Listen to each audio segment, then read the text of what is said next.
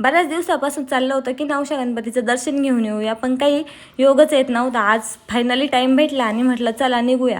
आता गेलो पण असं की हॉस्पिटलला जायचं होतं आणि तिथून पुढे जवळच आहे 5 मिनिटाच्या अंतरावर, म्हणून निघालो होतो. तर हॉस्पिटलमध्ये गेल्यावर समजलं की डॉक्टरच नाही आहे. मग काय बोर होऊन बसलो.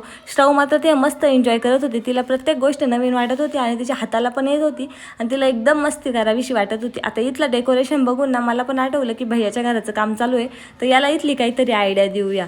डॉक्टरांना दाखवून झाल्यानंतर श्रावची तर मेडिकलमध्ये आल्यावर इथं पण मस्ती चालू झाली.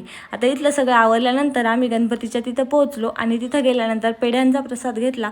त्यानंतर देवाला हार नारळ सगळं काही घेतलं, दुर्वा, आणि तिथून पुढे निघालो. आता नवशा गणपतीचं असं आहे ना की तिथं नवसाला पावणारा गणपती म्हणून नाशिकमध्ये ओळखला जातो आणि ज्याचा नवस पूर्ण होतो तो माणूस तिथे घंटा बांधतो.